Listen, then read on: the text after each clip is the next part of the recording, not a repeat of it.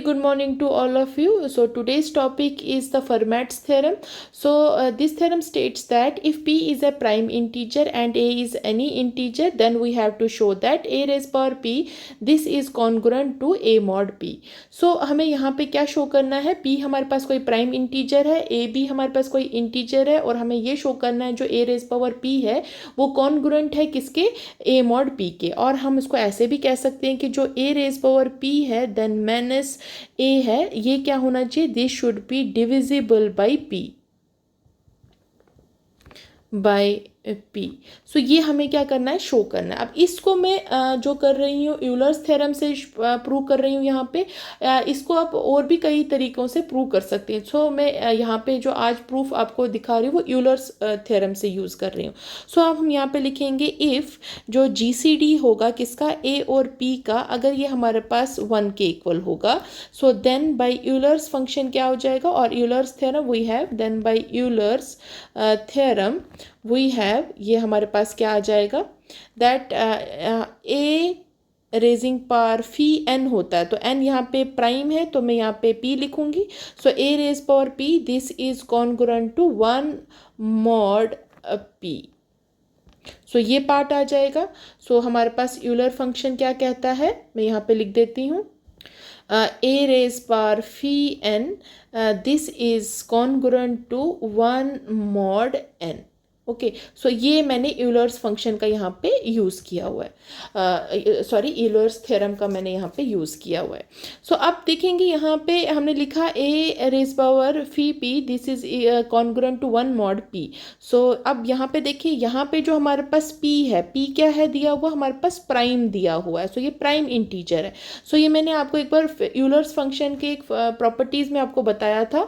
अगर हमारे पास पी क्या है, प्राइम है, तो हम जो इसका फी ऑफ पी है, इस प्राइम इंटीजर का क्या निकालेंगे, उसकी वैल्यू किसके इक्वल होता है, p माइनस 1 के इक्वल होता है. सो मीन्स हम यहाँ पे name it as equation first, इसमें हम p की इस वैल्यू की जगह पे, फी p की जगह पे क्या पुट करेंगे, p माइनस 1 पुट करेंगे.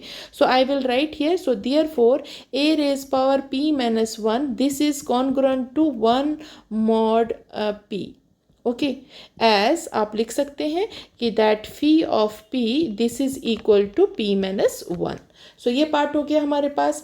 अब हमारे पास यहाँ से क्या आ जाएगा, दिस इम्प्लाइज, मैं इसको फर्दर ऐसे लिख सकती हूँ, a raise power p into a raise power minus 1 this is again congruent to 1 mod p. Okay. So कोई डिफरेंस नहीं है. ये जो a है मैं इसको दूसरी साइड ले जाती हूँ. सो मीन्स ये मैं इस साइड ले लेती हूँ. तो यहाँ से क्या आ जाएगा मेरे पास, a raise power p this is congruent to a mod p. ये आ गया हमारे पास a मॉड p. सो ये हमारे पास आ गया. अब अगर हमारे पास GCD जो होगा किसका, a और p का, मान के चले अगर GCD a और p का किसके इक्वल होगा, p के इक्वल ही होगा. यहाँ पे पहले केस लिया था मैंने, अगर ये 1 के इक्वल होगा. अब अगर मैं कह रही हूँ अगर ये GCD किसके इक्वल होगा, p के इक्वल होगा, उस केस में क्या हो जाएगा, जो ये p है वो क्या करेगा, डिवाइड करेगा, किसको डिवाइड करेगा, a को करेगा. सो दिस इम्प्लाइज अगर p a को डिवाइड करेगा, so means p a raise power p को भी डिवाइड करेगा. सो यहाँ से हम डायरेक्टली लिख सकते हैं कि p जो क्या करेगा वो डिवाइड करेगा इन दोनों के सब्ट्रैक्शन को भी. So that is p divides a raise power p minus a. Okay. So यहाँ से हमारे पास क्या आ जाएगा, ए रेज पावर जो p है वो किसको कॉन्ग्रुएंट हो गया, a मॉड p को हो गया. सो यही हमें क्या करना था, प्रूव करना था. सो यहाँ से क्या आ गई, फर्मेट्स थ्योरम जो है वो प्रूफ हो गई है. सो ये बहुत सिंपल प्रूफ है यहाँ पे. सो आप या तो इसको इस तरीके से भी लिख सकते थे कि जो a raise power p minus a है this is divisible by p. दोनों तरीके से ये करेक्ट है. सो यहाँ पे आपको नोट देखिए, एक है कि हमारे पास जो GCD होगा किसका, जो हमारे पास a और p का होगा, ये सिर्फ क्या हो सकता है, ये 1 हो सकता है, और ये क्या हो सकता है, p हो सकता है. क्यों, ये 1 और p ही खाली इसके क्या है, डिवाइजर्स हैं, किसके, p के. So as 1 and p are only divisors of this p, this prime integer p. So hence proved. Next हमारे पास एक थ्योरम है कि that prove that every group of order 3 जो है दैट इज साइक्लिक. कई बार इस टाइप के भी क्वेश्चंस आते हैं, तो ये बहुत सिंपल है, मैं इसका प्रूफ बताती हूँ कैसे करना है आप लोगों को. So we will write here, let यहाँ पे हमारे पास जो है ऑर्डर 3 है और दिया हुआ है ग्रुप का, so I will write order of जो ग्रुप है this is 3. Okay, so now I will write here let जो A है this is not equal to identity, so this A be any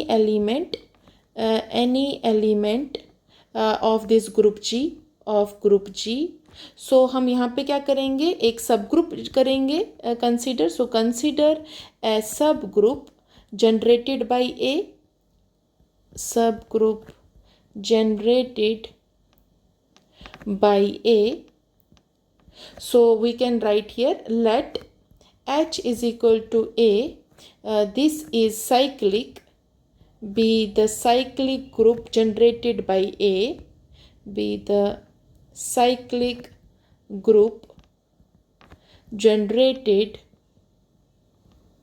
by A. सो इसका मतलब क्या आ जाएगा कि जो ऑर्डर ऑफ एच होगा, जो देन ऑर्डर ऑफ जो सब ग्रुप होगा वो क्या हो जाएगा, दैट इज ग्रेटर देन 1 होगा. So therefore by Lagrange's theorem directly मैं यूज़ कर रही हूँ. So by Lagrange's theorem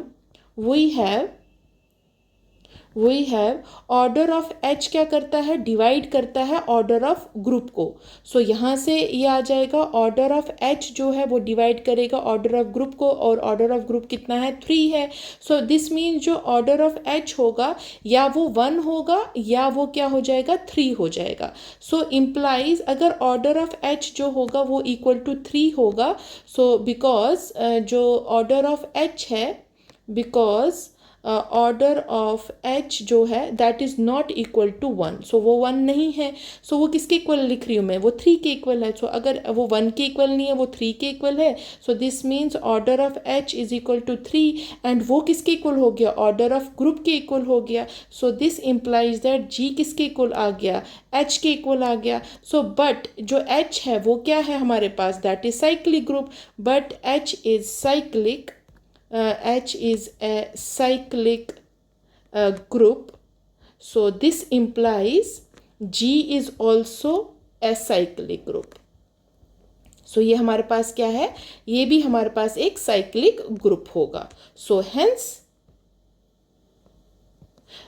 every group of order 3 is cyclic. बहुत सिंपल सी थ्योरम थी एक, मगर बहुत इम्पॉर्टेंट है ये. So hence proved. Thank you.